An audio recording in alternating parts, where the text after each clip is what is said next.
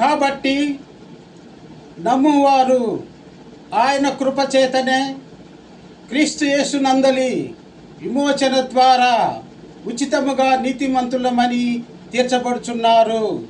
రోమా 3వ అధ్యాయము 24వ వచనము. ప్రేమైన సోదరి సహోదరులారా, మనము దేవుని కృపచేతను క్రీస్తు యేసునందలి విమోచన ద్వారా మనము ఉచితముగా నీతిమంతులుగా తీర్చబడుచున్నామని అపోస్తులైన పౌలు గారు మనకు తెలియజేయుచున్నారు. మృత్యుంజయుడైన యేసు ప్రభు, మీకే కృతజ్ఞతాస్తుతులు, మీకే ఘన ఆరాధన. ప్రభువా, మీరు సజీవుడగు దేవుడవనియు మమ్మల్ని రక్షించే రక్షకుడివనియు మీ మీద విశ్వాసం ఉంచుచున్నాము.